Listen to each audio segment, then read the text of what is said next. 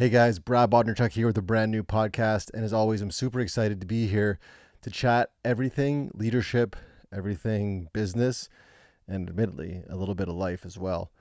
This week, I wanted to talk about football, and not football specifically, but it's coming up for me as I'm reading a fantastic book that my mentor and coach way back when in 2018 mentioned to me. And I just recently picked it up literally off the shelf. I'd ordered it ages ago, but I'd never read it. I picked it up off the shelf.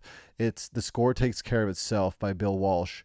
And it's really a lot of his writing and some stories being told of him. It's a fantastic book so far. And as I'm reading it, it reminds me a lot of what I have heard of or heard about Nick Saban as well, who's one of the most successful college football coaches. And I don't know this for certain, but I'm going to guess that Nick Saban takes a couple pages out of Bill Walsh's book and has for years. And that's probably attributed to a lot of his success as well, because I know Bill Walsh was wildly successful in what he created as a culture and as a team and the standards that he set within the 49ers organization. But what intrigues me about Nick Saban and what I'm learning about Bill Walsh is their attention to detail and their seemingly lack of attention to the big prize. So in the NFL, obviously, the ultimate goal would be to win a Super Bowl. But from what I've read and what I understand of Bill Walsh now is that, and even in the title, The Score Takes Care of Itself. And so much of this reminds me again of Nick Saban and his philosophy is we cannot, as leaders or in their situation as head coaches of football teams, we cannot control whether or not we win or lose a game. We cannot control whether or not we win the Super Bowl. But what can we control? We can control the small little pieces, how we practice, how we show up for a game, how we prepare, all of these, how we execute a certain play. All of these smaller pieces, when done at a high level and done strategically, will more than likely give us an opportunity to be in that game at the end of the year or win X game or win a championship. You get what I'm saying. But what I find so fascinating about these two truly iconic leaders in their own fields is they didn't, and I guess in Nick Saban's current, he doesn't get caught up in worrying about winning a game. He is more focused on the preparation. He's more focused on the players that he sends out for a given play. He's more focused on, again, the things that he controls. And again, what I'm learning from this book about Bill Walsh is the exact same thing. He was more concerned about what can I control and then doing whatever he could in his power to control those things and I guess influence them and create a high standard of execution. So what does that mean for us in the business world? Heck, what does that mean for us in life as well? It means set goals. Obviously set goals. I have them myself for my business and for my life. But once you set them, we cannot get, how do I say this? We cannot get so fixated on the goal itself, because I almost feel like that, and this is me speaking personally, but I almost feel like when we do that, there's a bit of paralysis. Because if you're like me, you set these audacious goals, which would be the equivalent of a Mount Everest on top of a Mount Everest. And if I look at, okay, I'm at the bottom right now, and I just set my goal to be at the top, that's a lot of work. And I probably can't even in my mind comprehend how I would get there. But what I do know, because I do consider myself to be somewhat of an intellectual person, I do know that if I move my left foot forward and then my right foot forward, I'm likely going to be closer to the top of that mountain or the goal. So as it pertains to my business, as it pertains to your life or your work, I don't believe that Nick Saban or Bill Walsh are saying don't set goals.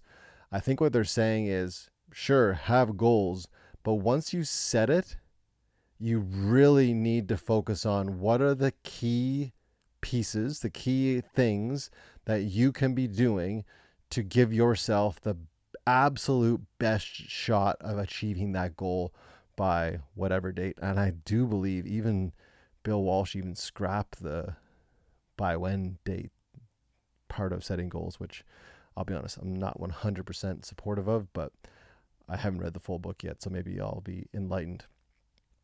Anyway, I think there's a lot we can learn from Bill Walsh's approach, his philosophy to winning. And I encourage you in your current reality as a leader in your business or as a partner in your home or as a parent or as a friend is sure, have goals, absolutely, but don't get so fixated on a goal. And we all understand this, I believe. I would think we all understand this to our core that nothing happens overnight. So the practice of setting a goal, amazing. Do it. I encourage you to do it. Write it down, look at it, all those things. But I think what needs to be done next, the next step, is actually getting very practical and asking yourself, okay, so this is what I want to be my reality. This is the goal that I've set. Now, what are the things that I can do starting right now that are going to give me the best shot of getting to that point? And I think when we do that, it gives us far more hope. It gives us far more control, and it gives us far more momentum as well. So when you are operating in your business, and for most of us, we just wrapped up the third quarter. No, sorry. We're heading into the third quarter. I'm getting all messed up here. We're halfway through the year, basically. We have just under half of the year left. Set goals for the rest of the year and break it down. Break it down into small pieces that you can actually control. And if you are a business leader, make sure that you're coaching your team to do the exact same thing. Again, set targets for them, absolutely. You use KPIs if that's what you do. But really what I believe we should be doing as leaders is doing like what Bill Walsh did with the 49ers, is raising the standard within the organization in the business, and then allowing for those higher standards and how you execute every single thing that you do, how that will give you a way better chance of winning, whether that's a single game, whether that's in business, or whether that's a NFL championship. And that's exactly what he did. He won, I believe it was 4, maybe 5 championships in his tenure in the San Francisco 49ers, organization. So I just think that's fascinating. The fascinating that he was the head coach and general manager, and he did not preach or necessarily focus on winning championships or winning games. He instead looked at every single aspect of the business, from the managers to the cleaners to the trainers to the players to the coaches, every single person in that business. And he asked of them, 1, let's raise your standards. And 2, I want you to focus on what you can control.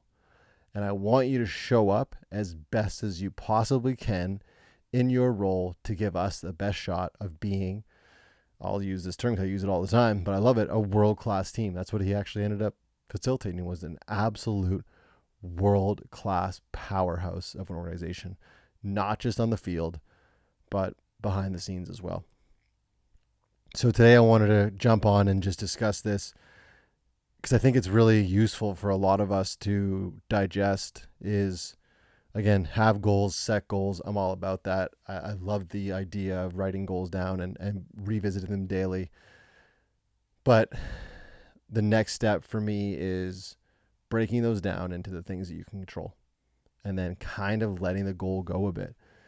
I mean, I'm guessing I've never climbed Everest, but I'm guessing, pardon me, that you're not always looking up at the top. That probably wouldn't work.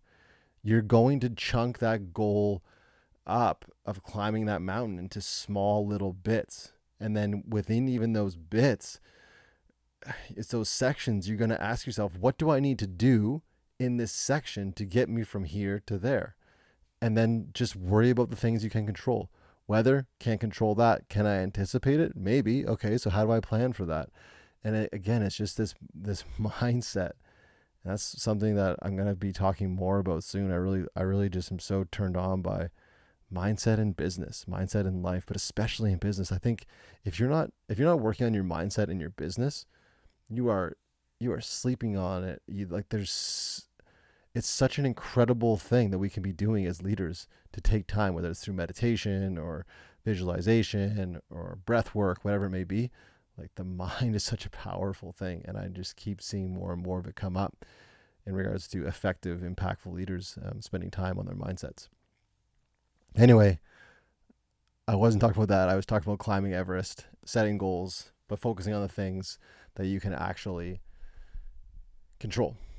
So today, the plan of action that I want to share with you all is revisit your goals. We are just over halfway through the year. 47.116 of 2023 is left at the time of this recording. So with that time that you have left, I want you to ask yourself, what is the goal? Perhaps it's the same as it was at the beginning of the year, but what is it? Has it changed? And then I want you to set it and almost forget it, and then look at what are the controllables that I need to take care of between now and December 31st. And I truly believe if you do that practice, you are going to give yourself a much better chance of witnessing wild success like our friend Bill Walsh and like Nick Saban as well. So that's the plan of action, is break things down, focus on the controllables, and execute them, at a very high level.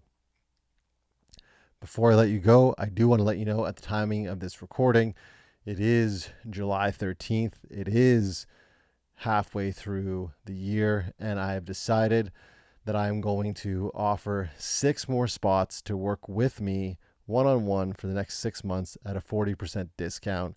You can access that through my website, and you can also access that through my show notes right here. Obviously, spaces are limited. I would love to see you in there. And if you're interested in working together to really take the lid off of what you think is possible, it would be an absolute honor to work with you as we go down that journey together of achieving your goals and making them a reality. Also, before you go, please, if you haven't already, like and share, subscribe to the podcast. Also, if it's within your capabilities, leave a comment, leave a rating. It really does help the analytics and helps the podcast get discovered. It's just the way this world works these days. That is officially it for me. No more favors to ask. You have your plan of action. Break things down. Focus on what you can control. And if you're interested, pick up that book. The Score Takes Care of Itself. And again, the title is just so telling. Put in the work, put your head down, do the things that you can do, and the score will take care of itself. Your goals will manifest. Your goals will happen. Just worry about what you can control. That's it. You all know what to do. Until next time, seek growth, be good, and do good. Peace.